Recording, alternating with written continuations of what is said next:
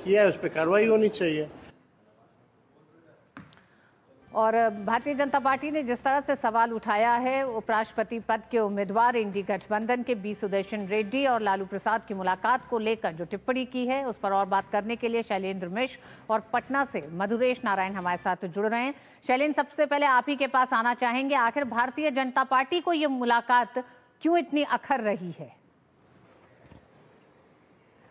ये देखिए, हम जानते हैं कि इंडी गठबंधन के जो उपराष्ट्रपति पद के उम्मीदवार हैं, उन्होंने तमाम ऐसे बयान दिए हैं और अपील की है सांसदों से कि देश के सोल को बचाने के लिए अंतरात्मा की आवाज पर उन्हें वोट करें, और इस तरह से तमाम बयान मुख्य पत्रों में आए हैं। आप देखें, अंग्रेजी दैनिक में या हिंदी दैनिक में इसे छापा गया है, और इस बीच उनकी एक तस्वीर आई है लालू प्रसाद यादव से मुलाकात की। अब बीजेपी ये कह रही है कि वो सभी जो जज हैं, चाहे वो मौजूदा जज हों या फिर पूर्व जज हों, न्यायाधीश हों, उनका सम्मान करती है। लेकिन जब कोई राजनीतिक जीवन में आकर इस तरह के बयान देता है और वो ऐसे व्यक्ति से मुलाकात करता है जो करप्शन के मामले में दोषी सिद्ध हो चुके हैं, जो रेलवे में जमीन के मामले में चार्जशीट हैं, जिन पे चार्जशीट दाखिल हुई है और जिन पर कई आरोप हैं, और वो मतदाता भी नहीं है जिसका चुनाव उपराष्ट्रपति का जो चुनाव लड़ रहे हैं इंडी गठबंधन के उम्मीदवार रेड्डी जी, तो निश्चित तौर पर ये सवाल उठता है कि उनकी अपनी राजनीतिक सुचिता क्या है। आखिर वो क्यों मुलाकात कर रहे हैं लालू प्रसाद यादव से, जो एक तरह से करप्शन के मामले में दोषी हैं। तो फिर उन पर सवाल उठते हैं, जो उन्होंने तमाम बयान दिए हैं उस पर उनसे जवाब मांगा जाएगा, ये बात बीजेपी कह रही है। इसी को लेकर आज एक प्रेस कॉन्फ्रेंस पूर्व केंद्रीय मंत्री रविशंकर प्रसाद ने संबोधित की और उसमें सवाल उठाए उनके रवैये पर, उनके बयानों पर, और जो लालू प्रसाद यादव के साथ उनकी मुलाकात हुई है उस पर सवाल उठाए। जी, मधुरेश हमारे साथ पटना से जुड़े हुए हैं। मधुरेश, हम जानते हैं बी सुदर्शन रेड्डी का एक लंबा और प्रतिष्ठित कानूनी करियर रहा है, जिसमें वो आंध्र प्रदेश हाई कोर्ट के जज रहे हैं, गुवाहाटी के चीफ जस्टिस रहे हैं, सुप्रीम कोर्ट के जज के तौर पर रहे हैं। ऐसे में लालू प्रसाद यादव से इस समय ठीक एक दिन पहले मिलने के क्या कारण हो सकते हैं? क्योंकि इस मुलाकात को एक तरह से कई तरीके से देखा जा रहा है। एक तो ये कि एक वो बाकायदा जज हैं और एक सजा याफ्ता मुजरिम से, चारा घोटाले के मुख्य आरोपी से जो सजा काट रहे हैं, उनसे अगर मुलाकात करते हैं तो इसके कई मायने निकाले जा रहे हैं। ये मुलाकात क्यों इतनी अहम थी? देखिए, कम से कम बिहार में महागठबंधन के जो नेता हैं वो कथित तौर पे भले ही तेजस्वी यादव बनते रहे, लेकिन जो पावर का सेंटर है वो आज भी लालू यादव के पास में ही है। लालू यादव राजद के अभी भी प्रमुख हैं, और जो महागठबंधन है बिहार में वो इनके नेतृत्व में ही चुनाव लड़ रहा है। राहुल गांधी अभी लगातार कई दिनों तक बिहार में वोटर अधिकार यात्रा में थे, लेकिन आप अगर वोटर अधिकार यात्रा के फुटेज को देखेंगे तो साथ साथ तेजस्वी यादव भी उनके साथ में घूम रहे थे। तो ये कहीं ना कहीं बताता है कि जो कांग्रेस है वो कम से कम बिहार में राजद की एक पॉकेट पार्टी के रूप में इसकी छवि है, और ऐसी स्थिति बिहार में है। कुछ ही दिनों में यहाँ विधानसभा चुनाव होने वाले हैं, और कमोबेश ये तेजस्वी यादव की तरफ से साफ कर दिया गया है कि वो 150 सीट पे चुनाव लड़ने वाली है, और जो कांग्रेस है उसकी कोशिश है कि ज्यादा से ज्यादा सीट उसको हासिल हो।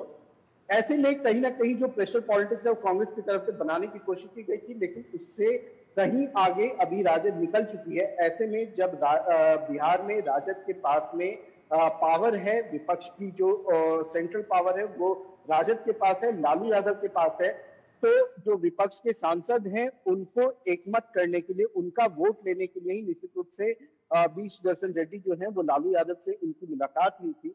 हालांकि ये एक गंभीर मसला है कि किसी संवैधानिक पद पे न रहते हुए भी उनका लालू यादव से मुलाकात करना, ये एक निश्चित रूप से बिहार की राजनीति में एक बड़ा क्वेश्चन खड़ा कर रहा है। और इसी को लेकर के अभी थोड़े दिन पहले बिहार के उप मुख्यमंत्री सम्राट चौधरी ने एक प्रेस कॉन्फ्रेंस भी किया था, जिसमें उन्होंने इसको लेकर के भी सवाल उठाए थे। और इसके साथ ही जो राष्ट्रीय चिन्ह है अशोक स्तंभ, और उसके द्वारा उसको लेकर के जो तेजस्वी यादव के द्वारा बयान दिया गया था उसको भी काफी शर्मनाक बताया। और उन्होंने कहा कि बिहार की जो जनता है वो लगातार जो महागठबंधन है उसकी तरफ, उसके द्वारा किए कार्यों को देख रही है और उसका जवाब निश्चित रूप से आने वाले चुनाव में देगी। जी मधुरेश, भ्रष्टाचार एक ऐसा बड़ा मुद्दा बना है जिस तरह से हमने देखा है, जिस तरह से हम देख रहे हैं कि पूरी यात्रा राहुल गांधी और तेजस्वी यादव की निकली। शैलेंद्र, आपके पास आना चाहेंगे। भ्रष्टाचार एक बड़ा मुद्दा रहा है। उपराष्ट्रपति चुनाव की अगर हम बात करें तो एनडीए के पास अपना बहुमत दिखाई देता है। ऐसे में इस तस्वीर ने क्या उपराष्ट्रपति चुनाव के लिए ये मुलाकात हुई होगी, लेकिन बड़ा नुकसान आने वाले विधानसभा चुनाव के लिए क्या करता इंडी गठबंधन के लिए दिखाई दे रही है ये तस्वीर?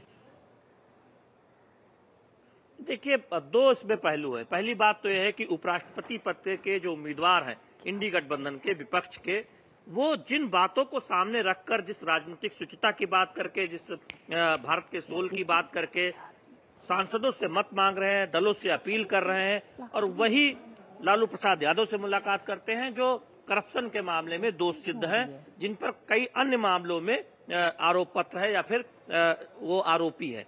तो अब ये सवाल खड़ा होता है कि आप जिन नैतिक मूल्यों की बात करते हुए राजनीति करना चाहते हैं या फिर उसका दावा करते हैं, आप खुद उसका पालन नहीं करते हैं। और लालू प्रसाद यादव से मुलाकात करना, जबकि वो मतदाता भी नहीं है उपराष्ट्रपति पद के चुनाव में, हम जानते हैं कि सांसद मतदान उसमें करते हैं लोकसभा या राज्यसभा के, तो फिर आप उनसे मुलाकात क्यों करते हैं आप?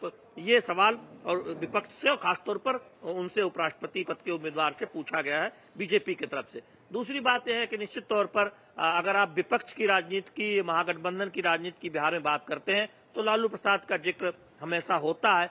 उस लिहाज से आप देखिए कि उनकी जो मुलाकात है, उस तस्वीरों ने लालू प्रसाद यादव पर जो आरोप रहे हैं या फिर जो इसमें जिस मामले में वो दोष सिद्ध हुए हैं, इस मुद्दे को फिर से गरमा दिया है। यानी बीजेपी अब इस बात को बहुत जोर शोर से कह रही है कि देखिए, लालू प्रसाद के जंगल राज की बात तो बीजेपी कहती ही रही थी, अब लालू प्रसाद जो दोष सिद्ध हुए करप्शन के मामले में, रेलवे में जमीन के मामले में जो उन पर आरोप है, उस मुद्दे को अब फिर से जोर शोर से बीजेपी ने उठाना शुरू किया है। तो बिहार की आने वाली जो राजनीति है, जो आने वाला जो चुनाव है विधानसभा का, उस लिहाज से देखें तो ये मुद्दा अब फिर से और गर्मा गया है जंगल राज के मुद्दे के साथ, कि लालू प्रसाद यादव जो बिहार में बीजेपी के खिलाफ एक तरह से कहें, एक जो विपक्ष का गठबंधन है उसके एक अगुआ बनते हैं या फिर सबसे बड़े नेता हैं, उन पर किस तरह से एक करप्शन के मामले में वो दोषी हो चुके हैं, दोषी साबित हो चुके हैं, और अब भले ही वो इस वक्त जेल से बाहर हैं और उन पर आरोप पत्र भी है एक मामले में। तो ये मुद्दा बीजेपी और जोर शोर से उठा सकती है।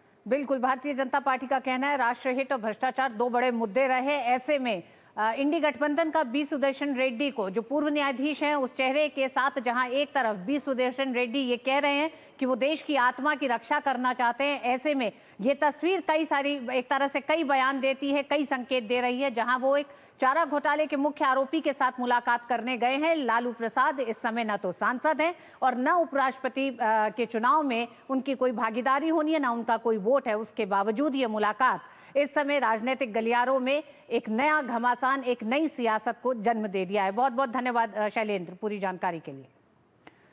कांग्रेस अध्यक्ष मल्लिकार्जुन खड़गे विवादों में घिर गए हैं। कर्नाटक के बाढ़ प्रभावित जिले कलबुर्गी में खड़गे और एक किसान की बातचीत का वीडियो सामने आने के बाद बीजेपी ने कहा है कि खड़गे ने किसान का अपमान किया है और किसानों के दर्द का मजाक उड़ाया है। बीजेपी के कई नेताओं ने वीडियो शेयर किया है। हालांकि वीडियो में बातचीत स्थानीय भाषा में है।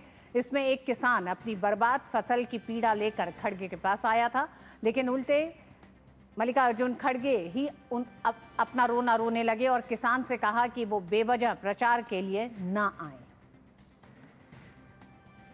ಏನು ಸಸ್ಟೈನ್ ಮಾಡ್ಕೊಳ್ಬಹುದು, ನಮಗೆ ಸಸ್ಟೈನ್ ಆಗಲ್ಲ ಇಷ್ಟಿಷ್ಟು ಏರಿಯಾದಾಗ ಬಿತ್ತು ಓಕೆ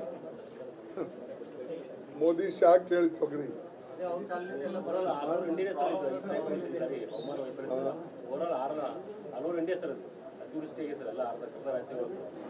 ಎಲ್ಲ ಫ್ಲಡ್। भाजपा नेता शहजाद पूनावाला ने कांग्रेस अध्यक्ष मल्लिकार्जुन खड़गे द्वारा किसान के अपमान पर कड़ी प्रतिक्रिया जाहिर की है। उन्होंने कहा कि कांग्रेस किसानों, जवानों और भारत के संविधान का अपमान करती है। मल्लिकार्जुन खड़गे का रवैया किसानों के प्रति उनकी सोच को दर्शाता है। किसानों का अपमान, जवानों का अपमान, संविधान का अपमान, यही तो कांग्रेस की पहचान। सेना का अपमान किया, सुप्रीम कोर्ट ने फटकार लगाई। संविधान का तो रोज ही अपमान करते, ईसीआई पर जो बयान देते। पर जिस प्रकार से कल एक किसान अपनी व्यथा, अपने दुख को बताने के लिए खड़गे जी के पास गया और उन्होंने बताया कि देखिए मेरा इतना नुकसान हुआ, तो खड़गे जी ने उनको फटकारते हुए कहा कि क्या तुम पीआर करने आए हो? तुमसे ज़्यादा मेरा नुकसान हो गया, भागो यहाँ से। मतलब कि किसानों के प्रति कितना वैमनस्य है इनके मन में। इसीलिए तो इन्होंने 8 वर्षों तक स्वामीनाथन कमीशन रिपोर्ट लागू नहीं की। इसीलिए कर्नाटका में पिछले कुछ वर्षों में हजारों किसानों ने आत्महत्या कर ली। इसीलिए तेलंगाना और कर्नाटक में जो किसानों को बड़े वादे किए थे वो पूरे नहीं हो पाए। और वक्त एक छोटे से ब्रेक का है। ब्रेक के बाद खबरें जारी रहेंगी।